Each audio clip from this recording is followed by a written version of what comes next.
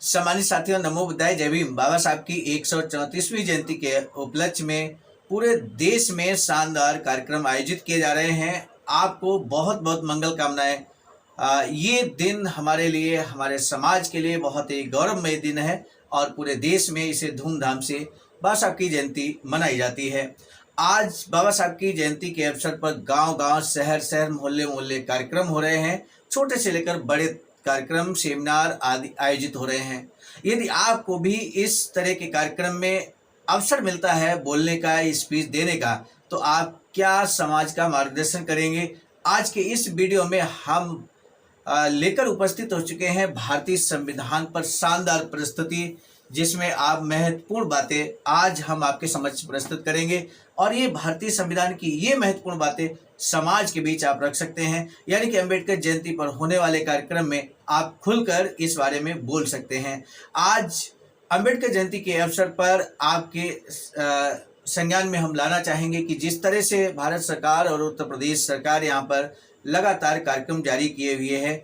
14 अप्रैल से 28 संविधान हमारा स्वाभिमान, इस टैग लाइन को टैग करते हुए यहाँ पर गवर्नमेंट की तरफ से कार्ययोजना जारी की गई है और लगातार 15 दिन ये कार्यक्रम चलेंगे, जिसमें भारतीय संविधान के निर्माण की प्रक्रिया, भारतीय संविधान में समितियों की बात, जिन समितियों ने अहम योगदान किया है उन समितियों की बात की जा रही है, मौलिक अधिकारों की बात की जा रही है और साथ ही साथ हम आपको बता दें मौलिक मूल कर्तव्यों की बात यहाँ पर की जा रही है और साथ ही साथ अद्यतन हुए संशोधनों की बात भी यहाँ पर कार्ययोजना में शामिल है। ऐसे में आज का वीडियो ये खास होने वाला है।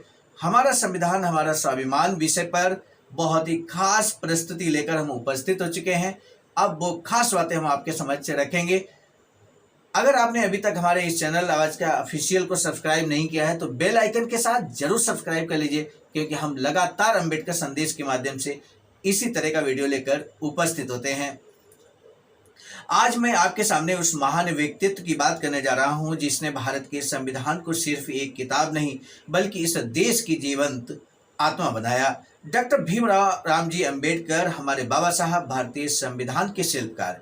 यह एक ऐसी गाथा है जो सिर्फ कागज और कलम की नहीं बल्कि संघर्ष और आशा और सपनों की है। ये कहानी है उस भारत की जिसने सदियों की गुलामी और अन्याय को झेला और फिर एक नए सूरज की किरण के साथ उठ खड़ा हुआ। आज मैं उनके उस अद्वितीय योगदान को आपके सामने रखूंगा जिसने हमें लोकतंत्र, समानता और न्याय की मजबूत नींव दी है। संविधान सभा का गठन, एक नई सुबह की शुरुआत। ये कहानी शुरू होती है 9 दिसंबर 1946 को, जब संविधान सभा ने पहली बार अपनी आवाज उठाई। पहली बैठक हुई। इसमें 389 सदस्य थे, जिनमें 299 प्रांतों से, 93 देशी रियासतों से और 15 प्रेरक महिलाएं थीं जिन्होंने इस ऐतिहासिक मंच पर अपनी छाप छोड़ी।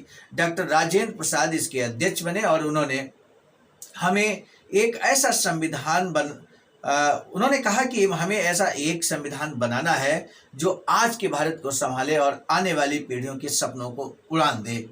इस बात को उन्होंने 11 दिसंबर 1946 को, जब दूसरी मीटिंग संविधान सभा की होती है जिसमें स्थायी अध्यक्ष के रूप में डॉक्टर राजेंद्र प्रसाद को बनाया जाता है। लेकिन इस विशाल दस्तावेज को आकार देने की कमान सौंपी गई बाबा साहब को। 29 अगस्त 1947 को उन्हें प्रारूप समिति का यहाँ पर गठन किया जाता है और 30 अगस्त 1947 को उस प्रारूप समिति का अध्यक्ष बाबा साहब डॉक्टर BR अम्बेडकर को बनाया जाता है। ये कोई साधारण जिम्मेदारी नहीं थी, ये था एक संकल्प, एक मिशन, एक नए भारत को जन्म देने का वचन। संविधान निर्माण, मेहनत, त्याग और दूरदर्शिता। मित्रों, संविधान बनाना कोई छोटा काम नहीं था। 2 साल 11 माह 18 दिन, 165 बैठकें, 17 अधिवेशन और 13 प्रमुख समितियों का अथक परिश्रम। क्या आप कल्पना कर सकते हैं? 7,635 संशोधन प्रस्ताव आए, जिनमें से 2,473 पर घंटों बहस हुई और सिर्फ 141 ही अंतिम रूप में शामिल हुए। ये था बाबा साहब डॉक्टर भीमराव अंबेडकर की सूझबूझ का कमाल, जिन्होंने हर शब्द को तराशा, हर विचार को परखा। 26 नवंबर 1949 को संविधान सभा ने इसे स्वीकृति दे दी। 395 अनुच्छेद, 8 अनुसूचियां और 22 भाग और आज ये 448 अनुच्छेदों और 12 अनुसूचियों के साथ दुनिया का सबसे विस्तृत संविधान है। जब 26 जनवरी 1950 को ये लागू हुआ तो भारत सिर्फ एक देश नहीं बल्कि एक गणतंत्र बन चुका था। ये वो पल था जब बाबा साहब की मेहनत रंग लाई और हम गणतंत्र दिवस को गर्व से सिर उठाकर खड़े हुए। सम्मानित साथियों, इस भारतीय संविधान के निर्माण में कुछ महत्वपूर्ण समितियां जिनका यहाँ पर नाम लेना हम उचित समझते हैं, जिन समितियों का बहुत बड़ा योगदान यहाँ पर रहा, उन समितियों की हम बात कर लेते हैं।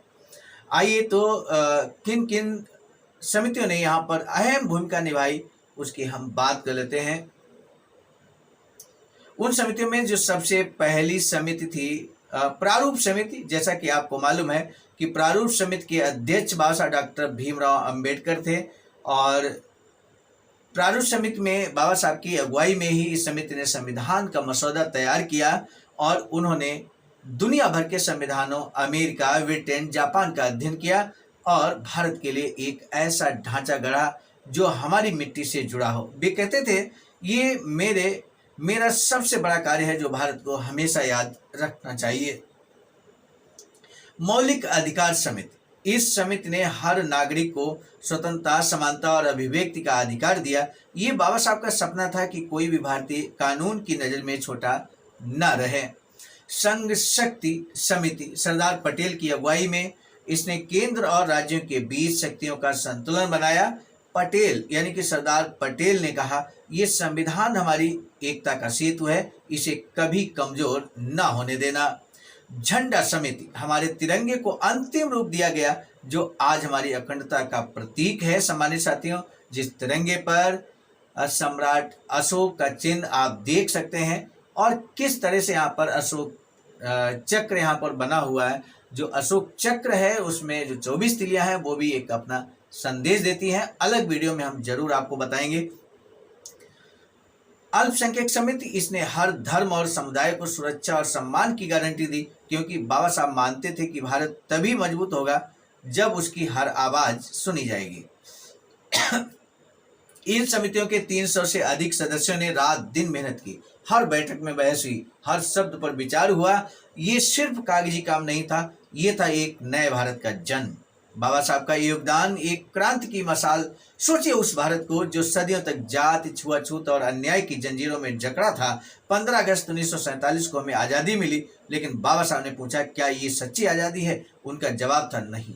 आज़ादी तब तक अधूरी है जब तक हर नागरिक का मन, उसकी आत्मा और उसके अधिकार आज़ाद न हो। अनुच्छेद 17 यहाँ पर हम आपको बता दें, अस्पृश्यता को कुचल दिया ताकि कोई भी इंसान से छोटा न समझा जाए। अनुच्छेद 15 में भेदभाव की दीवारें ढाई ताकि हर भारतीय बराबरी का हकदार हो। मौलिक अधिकार मिले, बोलने, जीने और सपने देखने की आज़ादी दी। ये उनका विश्वास था कि कानून सबके लिए एक जैसा हो। उनका सपना कागजों तक नहीं रुका, उन्होंने उन करोड़ों लोगों की आवाज बुलंद की जो समाज के हाशिए पर थे। अनुसूचित जातियों, जनजातियों और पिछड़े वर्गों के लिए आरक्षण का प्रावधान किया। शिक्षा में, नौकरियों में, सत्ता में। ये कोई साधारण नीति नहीं थी, ये थी सामाजिक न्याय की क्रांति। क्या आपने कभी सोचा एक व्यक्ति जिसे खुद छुआछूत का दंश झेलना पड़ा हो, उसने पूरे देश को समानता का पाठ पढ़ाया। उन्होंने भारत को एक मजबूत संघीय ढांचा दिया। वे जानते थे कि हमारी ताकत हमारी विविधता में है, इसलिए केंद्र को शक्ति दी लेकिन राज्यों को भी सम्मान दिया। और महिलाओं के लिए हिंदू कोड बिल उनका वह सपना था जो लैंगिक समानता की मिसाल बना। भले ही अपने समय में पूरा न हुआ, लेकिन उसने समाज की सोच को हमेशा के लिए बदल दिया। संविधान करोड़ों आशाओं का प्रतीक। जब 26 जनवरी 1950 को ये संविधान लागू हुआ तो पंडित नेहरू ने कहा कि आज हम एक नए युग में प्रवेश कर रहे हैं। आज जहां हमारी नियति हमारे अपने हाथों में है। ये सिर्फ एक दस्तावेज नहीं था, ये था हमारे स्वतंत्रता संग्राम की आत्मा, हमारे सपनों का आईना और हमारे भविष्य का मार्गदर्शक। बाबा साहब ने कहा कि मैं एक समुदाय के लिए नहीं पूरे राष्ट्र के लिए लड़ा। उनका हर शब्द एक वचन था सम्मान का, समानता का और न्याय तथा बंधुत्व का। आज का संकल्प बाबा साहब की विरासत को आगे बढ़ाना है। इस महान लोकतंत्र के सच्चे सिपाहियों, आज जब हम संविधान की इस गरिमा को नमन करते हैं तो सवाल उठता है, क्या हमने बाबा साहब का सपना, सरदार पटेल का विश्वास और पंडित जवाहरलाल नेहरू का विजन साकार किया? उनका जीवन हमें सिखाता है संघर्ष से डरना नहीं, उसे अपनी ताकत बनाना है। वे सिर्फ एक व्यक्ति नहीं थे, वे एक विचार थे, मानवता का, एकता का और असीम संभावनाओं का। तो आइए आज हम शपथ लें, हम संविधान के मूल्यों, न्याय, स्वतंत्रता, समानता और बंधुत्व को अपने जीवन में उतारेंगे। हम भेदभाव को और असमानता और अन्याय के खिलाफ आवाज उठाएंगे। हम देश की एकता और अखंडता को अपने दिल में बसाएंगे। हम भारत के लोग, ये शब्द हमारी शक्ति है, हमारी पहचान है। आज फिर से गर्व से कहें, और मैं इसके संविधान की रक्षा करूंगा। बाबा साहब के दिखाए रास्ते पर चलकर हम एक ऐसा भारत बनाएंगे जहां हर आंख में सपने हो, हर हाथ में अधिकार और हर दिल में गर्व हो। सम्मानित साथियों, यहाँ पर ये जिक्र करना बेहद जरूरी है कि जब बाबा साहब भारतीय संविधान का निर्माण कर रहे थे तो उस समय एक प्रश्न उठा कि बाबा साहब ने संविधान निर्माण में अत्यधिक समय लिया है और फिजूल खर्ची की है, पैसा बर्बाद हुआ है ज़्यादा समय लगने की वजह से। तब बाबा साहब स्वयं उदाहरण देते हुए, स्वयं बल्कि अपना ये स्पीच देते हुए यहाँ पर जवाब देते हैं, इस प्रश्न का जवाब देते हैं। वो प्रश्न का जवाब जानना हर अम्बेडकरवादी के लिए जरूरी है। कल को आपके समक्ष कोई प्रश्न इसी तरह का करे तो आप क्या जवाब देंगे? तो आइए समझ लीजिए बाबा साहब ने क्या जवाब दिया। तो बाबा साहब बोलते हैं कि इन वास्तविक स्थितियों का मैं केवल इसलिए जिक्र कर रहा हूँ क्योंकि किसी समय ऐसा कहा जाता था कि अपना काम पूरा करने के लिए समिति ने अत्यधिक समय लिया। वास्तविक स्थिति क्या है, एक बार पुनः हम बैकग्राउंड में ले चलते हैं। तब बाबा साहब कहते हैं कि संविधान सभा की पहली बैठक 9 दिसंबर 1946 को ही थी। इस बात को वर्ष 2000 आज यानी कि 26 नवंबर 1949 की बात बाबा साहब करते हैं कि 2 वर्ष 11 माह 18 दिन बीते हैं। इस दरमियान संविधान सभा के कुल 11 सत्र हुए। इन 11 सत्रों में 6 सत्र संविधान की भूमिका का प्रस्ताव पारित करने और मौलिक अधिकार, केंद्रीय संविधान, केंद्र के अधिकार, प्रांतीय संविधान, अल्पसंख्यक समिति की रिपोर्ट तथा अनुसूचित क्षेत्र और अनुसूचित जनजातियों पर विचार विमर्श करने में बीत गए। 7, 8, 9, 10 और 11वें सत्र का उपयोग मसौदा संविधान पर विचार विनिमय के लिए किया गया। संविधान सभा ने 29 अगस्त 1947 के दिन मसौदा समिति को चुना। उसकी पहली बैठक 30 अगस्त को हुई। 30 अगस्त से 141 दिनों तक कामकाज चला। इस दरमियान संविधान समिति का मसौदा तैयार करने के काम में व्यस्त रही। संविधान सलाहकारों ने कामकाज के लिए ढांचा मसौदा समिति को सौंपा। तब मसौदा संविधान में 243 अनुच्छेद 13 परिशिष्ट थे। मसौदा समिति द्वारा संविधान सभा को प्रस्तुत किए गए पहले मसौदा संविधान में कुल 315 अनुच्छेद और 8 परिशिष्ट शामिल थे। विचार विमर्श के आखिरी दौर में मसौदा संविधान में अनुच्छेदों की संख्या बढ़कर 386 हुई। अंतिम स्वरूप में मसौदा संविधान में 395 अनुच्छेद और 8 परिशिष्ट शामिल रहे। मसौदा समिति में करीब 7635 सुधार सुझाए गए। उनमें से 2473 सुधार प्रत्यक्ष विचारार्थ सदन में प्रस्तुत किए गए। तब बाबा साहब कहते हैं इन वास्तविक स्थितियों का हमने इसलिए जिक्र किया क्योंकि एक जो प्रश्न चिन्ह लगता था कि भारतीय संविधान बनने में अत्यधिक समय लिया गया। तब बाबा साहब कहते हैं कि जनता का धन बेहिसाब खर्च करती रही, ये आरोप था। रोम जब जल रहा था तब जैसे नीरो फिडल बजाता बैठा था, बिल्कुल उसी तरह के हालात समिति के भी होने की बातें कही जा रही थी। क्या इन आरोपों में सच्चाई है? बाबा साहब प्रश्न करते हैं, क्या इन आरोपों में सच्चाई है? अन्य देशों की संविधान समितियों तथा संविधान बनाने के लिए कितना समय लिया इस पर आइए एक नजर डाल लेते हैं। कुछ उदाहरण रखते हैं। बाबा साहब कहते हैं अमेरिका की समिति की पहली बैठक 25 मई 1787 को हुई थी। 4 महीनों में अर्थात 17 दिसंबर 1787 को उन्होंने अपना काम पूरा किया। कनाडा की संविधान सभा की पहली बैठक 10 अक्टूबर 1864 को हुई और मार्च 1867 में संविधान कानून में परिवर्तन हुआ, अर्थात 2 साल 5 महीनों का समय यहाँ पर लगता है। ऑस्ट्रेलिया के संविधान निर्माण का कार्य 1891 में शुरू होता है। 9 जुलाई 1900 में उनके संविधान को कानून का स्वरूप मिला। इसके लिए उन्हें 9 वर्ष का समय लगा। दक्षिण अफ्रीका के संविधान निर्माण के काम की शुरुआत अक्टूबर 1908 में हुई और 20 सितंबर 1909 में उनके संविधान का कानून का स्वरूप प्राप्त हो गया। 1 साल के परिश्रम से उन्होंने ये काम पूरा किया। ये बात सही है कि अमेरिका और दक्षिण अफ्रीका की संविधान समिति द्वारा लिए गए समय से हमने अधिक समय लिया है, लेकिन कनाडा की संविधान सभा से हमने अधिक समय नहीं लिया और ऑस्ट्रेलिया की संविधान सभा की तुलना में हमने बहुत ही कम समय लिया है। किसने कितना समय लिया, इस बारे में सोचते समय 2 बातों पर ध्यान दिया जाना जरूरी है। पहली बात यह है कि अमेरिका, कनाडा, दक्षिण अफ्रीका और ऑस्ट्रेलिया, इन देशों के संविधान हमारे देश के संविधान से बहुत छोटे हैं। जैसा कि मैंने बताया है कि हमारे संविधान में 395 अनुच्छेद हैं, अमेरिकी संविधान में केवल 7 अनुच्छेद हैं। उनमें से पहले 4 अनुच्छेदों को 21 उप विभागों में विभाजित किया गया है। कनाडा के संविधान में 147, ऑस्ट्रेलिया के संविधान में 128 और दक्षिण अफ्रीका के संविधान में 153 अनुच्छेद हैं। एक और बात पर ध्यान दिया जाना जरूरी है कि इन चारों देशों के संविधान निर्माताओं को संविधान सुधार के सवालों का सामना नहीं करना पड़ा था। जिस स्वरूप में प्रस्तुत की गई उसी स्वरूप में उन्हें स्वीकृति मिली। बाबा साहब कहते हैं, दूसरी तरफ हमारा संविधान सभा को 2473 सुधारों पर विचार करना पड़ा। इस वास्तविकता को ध्यान में रखें तो देरी का आरोप मुझे निराधार लगता है। इतने कम समय में इतना कठिन कार्य पूरा करने के लिए समिति खुद का अभिनंदन करे तो उसमें कोई गलत नहीं कहा जा सकता। मसौदा समिति के कार्य की ओर देखते हुए ऐसा लगता है कि आयुष्मान नजीरुद्दीन अहमद को उसे पूरी तरह नकारना उनका कर्तव्य है। उनकी राय में मसौदा समिति का काम न केवल नकारने योग्य है बल्कि उससे भी हीन स्तर का है। मसौदा समिति द्वारा किए गए कार्य के बारे में अपनी राय प्रकट करने का अधिकार हर किसी को है, नजीरुद्दीन को भी है। मसौदा समिति के किसी भी सदस्य अधिक बुद्धिमान होने का नजीरुद्दीन को भरोसा है।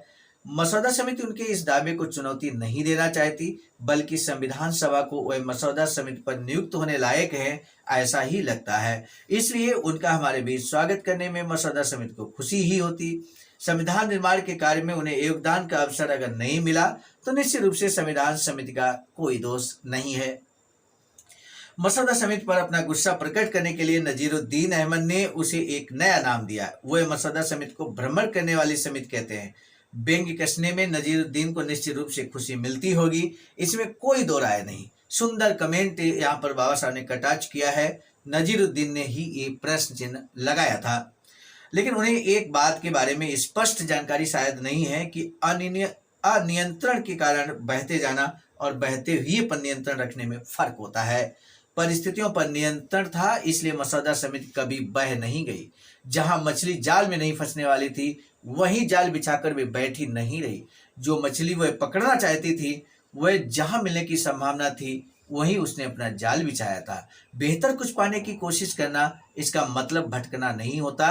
ये कहकर नजीरुद्दीन संविधान समिति का अभिनंदन नहीं करना चाहते, ये मैं जानता हूँ। फिर भी मैं उन्होंने जो कुछ भी कहा है उसे समिति के अभिनंदन के रूप में स्वीकार करता हूँ। दोषपूर्ण सुधारों को परे कर अगर योग्य सुधारों को स्वीकारने की ईमानदारी और साहस मसौदा समिति नहीं दिखाती तो ही वह अपने कर्तव्य से हट जाती और प्रति की झूठी बातों की बलि चढ़ने की दोषी कहलाती। ये अगर गलत है तो उस गलती को बेझिझक मानकर उनमें सुधार लाने के लिए मसौदा समिति ने कोशिश की, इसमें मुझे खुशी है। संविधान प्रस्तुत करते हुए बाबा साहब कहते हैं कि एक सदस्य के अपवाद को अगर छोड़ दें तो संविधान सभा के सदस्यों द्वारा मसौदा समिति द्वारा किए गए काम की भरपूर प्रशंसा की है। इसकी मुझे खुशी है। मसौदा समिति द्वारा जो परिश्रम किए गए उनका उत्स्फूर्तता से स्वीकार कर खुले दिल से प्रशंसा किए जाने से मसौदा समिति को खुशी होगी, इसका मुझे पूरा भरोसा है। संविधान सभा के सदस्य और मसौदा समिति के मेरे सहयोगियों ने मुझ पर अभिनंदन की जो वर्षा की है उससे मैं इतना गदगद हुआ हूँ कि उनके प्रति अपनी कृतज्ञता को पूरी तरह व्यक्त करने के लिए मेरे पास तथा योग्य शब्द नहीं बचे हैं। संविधान सभा में आते हुए आरक्षित जातियों के हितों की रक्षा करने के अलावा मेरी कोई बड़ी आकांक्षा नहीं थी। इससे बड़ी जिम्मेदारी के काम के लिए मुझे आमंत्रित किया जाएगा, इसका मुझे थोड़ा भी एहसास नहीं था। मसौदा समिति में मुझे चुना गया तो मुझे बहुत आश्चर्य हुआ। मसौदा समिति के अध्यक्ष के पद के लिए जब मुझे चुना गया तब तो मेरे आश्चर्य का कोई ठिकाना ही नहीं रहा। मसौदा समिति में मेरे मित्र सर अल्लादी कृष्ण स्वामी अय्यर जैसे मुझसे बड़े, अच्छे और योग्य व्यक्ति थे। इतना भरोसा कर मुझ पर इतनी बड़ी जिम्मेदारी सौंपकर उन्होंने मेरा चयन किया और देश सेवा का मुझे मौका दिया। इसके लिए मैं संविधान सभा का और मसौदा समिति के प्रति कृतज्ञता व्यक्त करता हूँ। बस आपने स्पीच को आगे कंटिन्यू करते हुए कहते हैं कि मुझे इस काम का श्रेय दिया जा रहा है, लेकिन ये केवल मेरा काम नहीं है। संविधान सभा के सलाहकार सर BN राव का भी इसमें आंशिक योगदान है, जिन्होंने मसौदा समिति के विचारार्थ संविधान का कच्चा मसौदा तैयार किया। मसौदा समिति के अन्य सदस्यों का भी इसमें बहुत बड़ा हिस्सा है।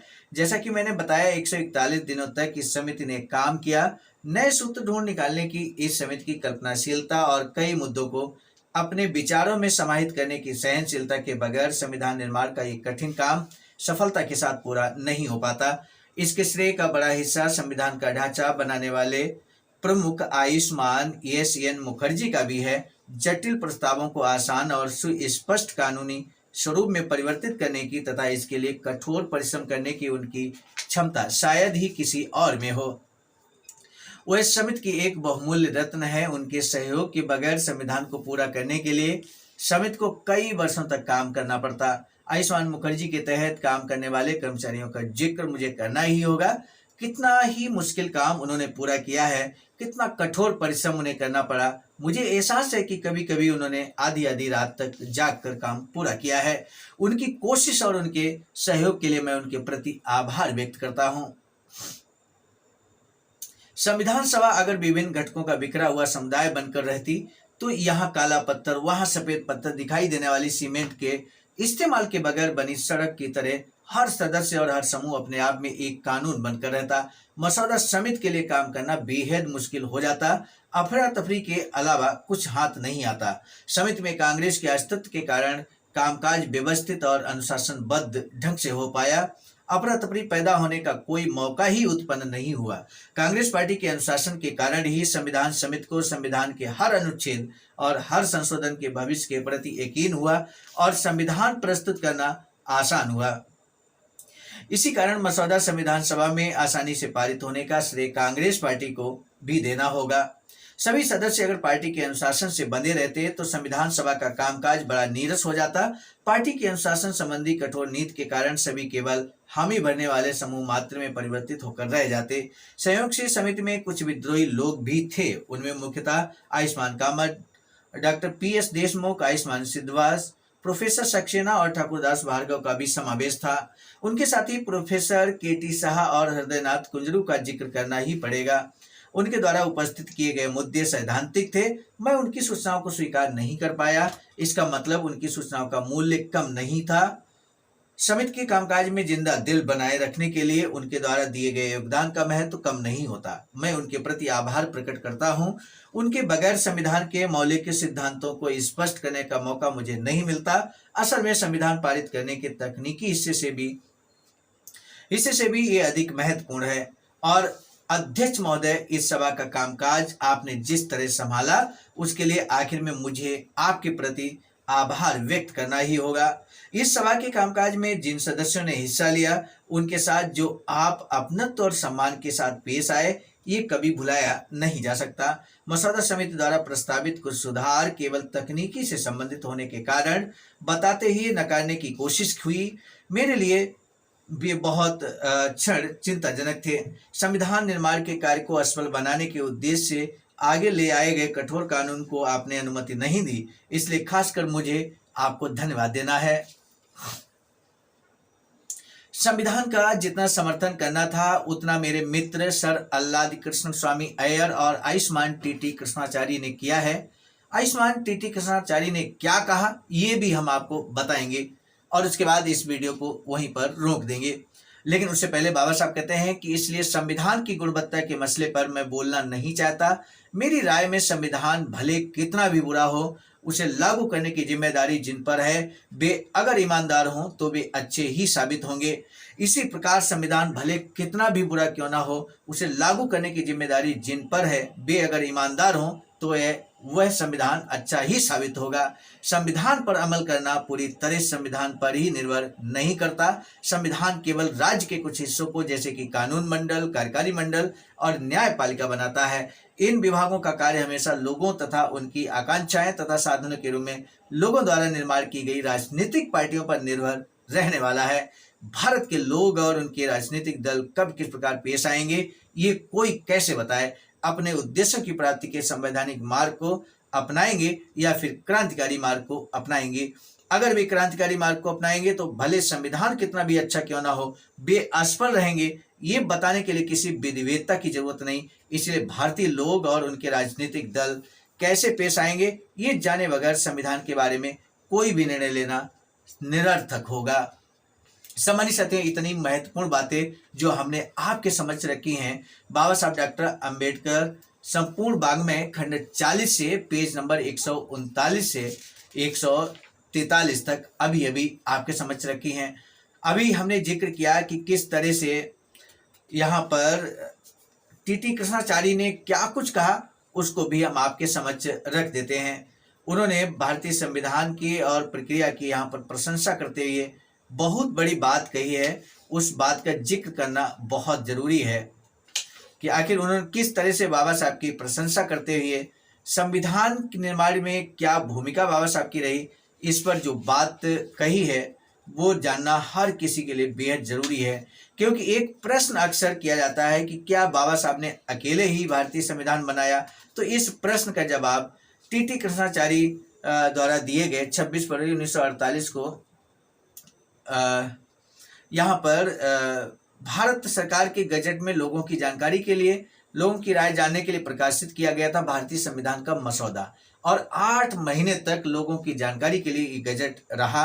4 नवंबर 1948 के दिन बाबा साहब डॉक्टर अंबेडकर ने उसे संविधान सभा के समक्ष प्रस्तुत किया था। और इसी अवसर पर स्पीच देते हुए टीटी कृष्णाचारी ने सदन में, भरे सदन में जो महत्वपूर्ण बात कही थी वो जानना हर भारतवासी के लिए, हर संविधान मानने वालों को जानना चाहिए। टीटी कृष्णाचारी ने कहा कि सदन को एहसास होगा कि आपके द्वारा नियुक्त किए गए 7 में से 1 सदस्य ने इस्तीफा दिया, उनकी जगह अन्य की नियुक्ति की गई। 1 सदस्य की मृत्यु हो गई लेकिन उस पद को भरा नहीं गया। 1 सदस्य अमेरिका में थे, उनकी जगह किसी को नहीं दी गई। 1 और सदस्य रियासत के कामों में उलझे हुए थे, इसलिए उनकी जगह भी खाली थी। 1 या 2 सदस्य दिल्ली से काफी दूर रहा करते थे और उनकी सेहत ठीक नहीं थी, इसलिए वे भी उपस्थित नहीं रह पा रहे थे। सम्मानित साथियों, हम आपको बता दें प्रारूप समिति में 7 सदस्य थे बाबा साहब को मिलाकर। सो अंततः संविधान बनाने की जिम्मेदारी पूरी तरह डॉक्टर बाबा साहब अम्बेडकर पर आई। उन्होंने ये काम पूरी निष्ठा, जिम्मेदारी के साथ सफलतापूर्वक पूरा किया। उनका ये कार्य प्रशंसनीय है, इसमें कोई दो राय नहीं। हम सब उनके प्रति कृतज्ञ हैं। तो इस तरह से यानी कि यहाँ पर सुंदर सा जिक्र किया गया किस तरह से बाबा साहब ने अकेले दम पर भारतीय संविधान बनाया। तो इस तरह से हम कह सकते हैं कि भारतीय संविधान निर्माता बाबा साहब की आज जयंती है और जयंती के उपलक्ष्य में, जयंती के अवसर पर ये भारतीय संविधान के बारे में खास खास बातें और साथ ही साथ बाबा साहब का वो संबोधन जो यहाँ पर संविधान प्रस्तुत करते समय बाबा साहब ने दिया था, धन्यवाद ज्ञापित किया था, उस संबोधन को भी हमने आपके समझ रखा। अकेले ही भारतीय संविधान, यूं कहें कि भारतीय संविधान का जो प्रारूप है बाबा साहब पर जिम्मेदारी आई और किस तरह से हमने यहाँ पर टीटी कृष्णाचारी का जो वक्तव्य था वो आपके समझ रखा। तो सम्मानित साथियों, आपको बताना है आज के अंबेडकर संदेश का जो महत्वपूर्ण प्रश्न है, अंबेडकर संदेश के स्थान पर ये महत्वपूर्ण जानकारी हम आपसे साझा कर रहे हैं।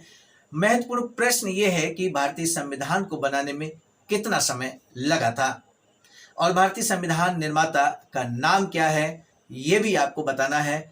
और इसके लास्ट में आपसे हमारा निवेदन है कि चूंकि बाबा साहब की जयंती है, देशवासियों को अगर आप मंगल कामनाएं प्रस्तुत करना चाहते हैं तो कमेंट सेक्शन में जरूर कमेंट कीजिएगा। इसी के साथ दीजिए इजाजत। आप सभी को सादर नमो बुद्धाय, जय भीम। सम्मानित साथियों, यदि आप हमारे इस चैनल आवाज़ का ऑफिशियल, जिस पर नियमित सुबह 5 बजे डॉक्टर अंबेडकर संदेश आपको मिलता है, आप हमारे इस चैनल को सपोर्ट करना चाहते हैं तो हमारा आपसे निवेदन है कि आप हमारे इस चैनल को सब्सक्राइब कर लें, वीडियो को शेयर, लाइक, कमेंट जरूर करें।